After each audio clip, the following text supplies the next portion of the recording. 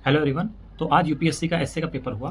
तो उसमें से एक कोट था कि oxymoron reflect the ironies of the life, यानी कि विरोधाभास जीवन की विडंबनाओं को दर्शाते हैं। हम एक एक करके सारे एसए को डिस्कस कर लेंगे। तो पहले हम इसको डिस्कस करते हैं। तो विरोधाभास होता क्या है, ऑक्सीमोरोन होता क्या है? बिटर स्वीट, बिटर भी है स्वीट भी है। Deafening silence, cruel kindness, living dead, ये सभी ऑक्सीमोरोन हैं, जहाँ दो अपेरेंटली कॉन्ट्राडिक्टरी शब्द एक साथ आकर एक डीपर मीनिंग पैदा करते हैं।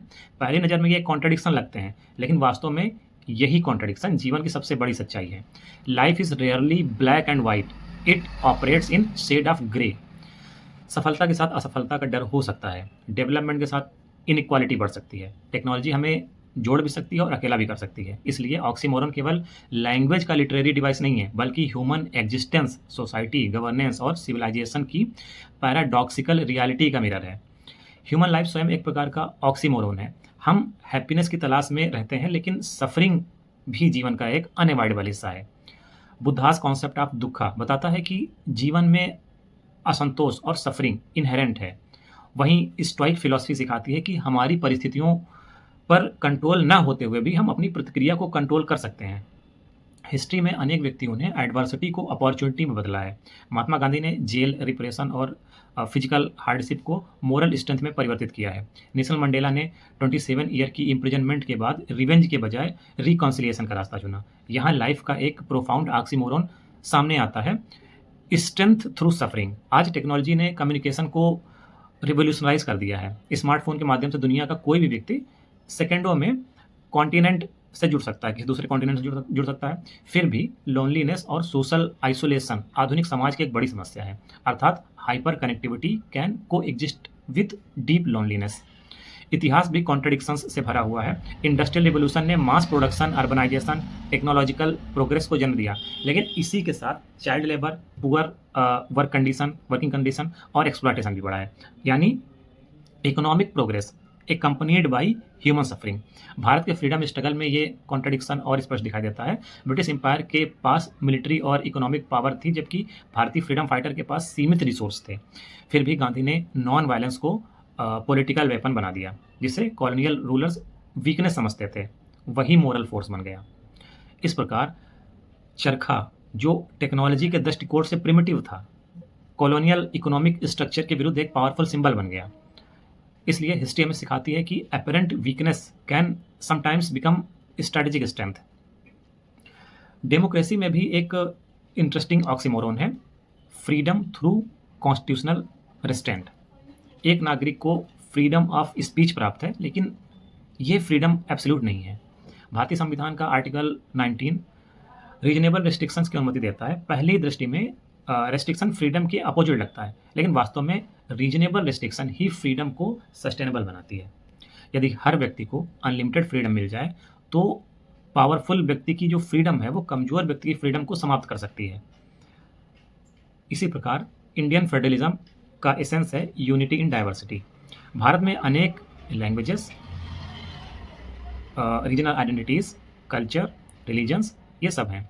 फिर भी कॉन्स्टिट्यूशनल डेमोक्रेसी ने डाइवर्सिटी को फ्रेगमेंटेशन बनने के बजाय पॉलिटिकल एकोमोडेशन में बदलने का प्रयास किया है। यहाँ कॉन्ट्रडिक्शन नहीं, बल्कि कंस्ट्रक्टिव कंट्रडिक्शन दिखाई देता है।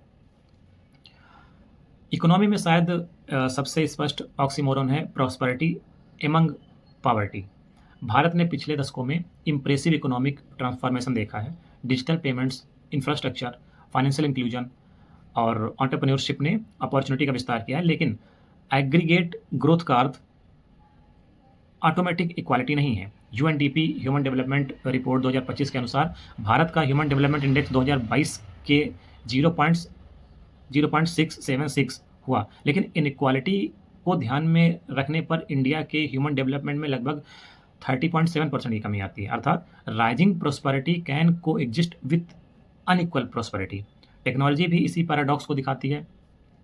यूपीआई, आधार और डिजिटल पब्लिक इंफ्रास्ट्रक्चर ने मिलियंस ऑफ पीपल के लिए फाइनेंशियल ट्रांजैक्शन और पब्लिक सर्विस को आसान बनाया है, लेकिन डिजिटल डिवाइड के कारण जिनके पास इंटरनेट डिवाइसेस और डिजिटल लिटरेसी नहीं है, वे पीछे भी छूट सकते हैं। इसलिए फ्यूचर ग्रोथ का लक्ष्य केवल जीडीपी मैक्सिमाइजेशन नहीं, बल्कि इंक्लूसिव एंड इक्विटेबल ग्रोथ होना चाहिए। मॉडर्न सिविलाइजेशन का सबसे बड़ा ऑक्सीमोरन है डेवलपमेंट थ्रू डिस्ट्रक्शन। हम फॉरेस्ट को काट कर रोड, इंडस्ट्रीज और सिटीज़ बनाते हैं ताकि ह्यूमन वेलफेयर बढ़ सके, लेकिन वहीं ecological destruction long term human welfare को थ्रेट कर सकता है। भारत की ग्रीन रेवोल्यूशन इसका अच्छा एग्जाम्पल है। इसने फूड प्रोडक्शन को ड्रामेटिकली बढ़ाया और इंडिया को फूड इनसिक्योरिटी से बाहर निकालने में काफ़ी ज़्यादा महत्वपूर्ण भूमिका निभाई। लेकिन excessive ground water extraction, chemical fertilisers और मोनोक्रॉपिंग ने इकोलॉजिकल स्ट्रेस भी पैदा किया। इस प्रकार फॉसिल फ्यूल्स ने इंडस्ट्रियलाइजेशन और पॉवर्टी रिडक्शन को एक्सेलरेट किया, लेकिन ग्रीन हाउस गैस एमिशन ने क्लाइमेट चेंज को बढ़ाया। इसलिए आज दुनिया सस्टेनेबल डेवलपमेंट की ओर बढ़ने की कोशिश कर रही है, यानी कि डेवलपमेंट भी हो और इकोलॉजिकल लिमिट भी रेस्पेक्टेड हो। The real challenge is not choosing between development and environment but redesigning development itself. Disaster management में एक पैराडॉक्स है, प्रीपेयर्डनेस फॉर द अनप्रिडिक्टेबल। साइक्लोन को रोका नहीं जा सकता है, अर्थक्वेक को एलिमिनेट नहीं किया जा सकता है और फ्लड को हमेशा प्रिवेंट नहीं किया जा सकता है, लेकिन वल्नरेबिलिटी को रिड्यूस किया जा सकता है। उड़ीसा का जो साइक्लोन मैनेजमेंट सिस्टम है, इसका एक्सेलेंट एग्जांपल है। पास्ट डिजास्टर से लेसन लेकर early warning system, evacuation infrastructure और कम्युनिटी पार्टिसिपेशन को स्ट्रेंथन किया गया। इससे डिजास्टर मैनेजमेंट का अप्रोच रिलीफ सेंट्रिक से रिजिलियंस सेंट्रिक हुआ। अर्थात we can not always prevent the hazard but we can prevent the hazard from becoming a catastrophe.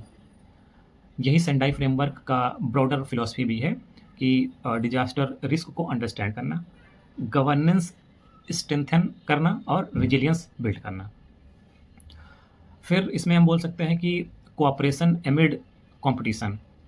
International relation में भी states simultaneously compete and cooperate करती हैं। Bharat strategic autonomy को maintain करते हुए अमेरिका, रसिया, यूरोप और जापान और global south के साथ अलग अलग डायमेंशन में इंगेजमेंट करता है।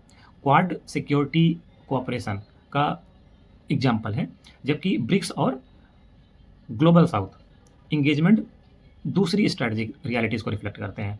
यहाँ ऑक्सीमोरन है, strategic autonomy through strategic partnership. कोविड-19 पैंडेमिक ने भी दिखाया कि कंट्रीज जियोपॉलिटिकल कंपटीशन के बावजूद एक दूसरे पर डिपेंड हैं। Vaccine supply chain, medicine, semiconductor, energy और क्रिटिकल मिनरल्स ने साबित किया कि national security increasingly depend upon global interdependence.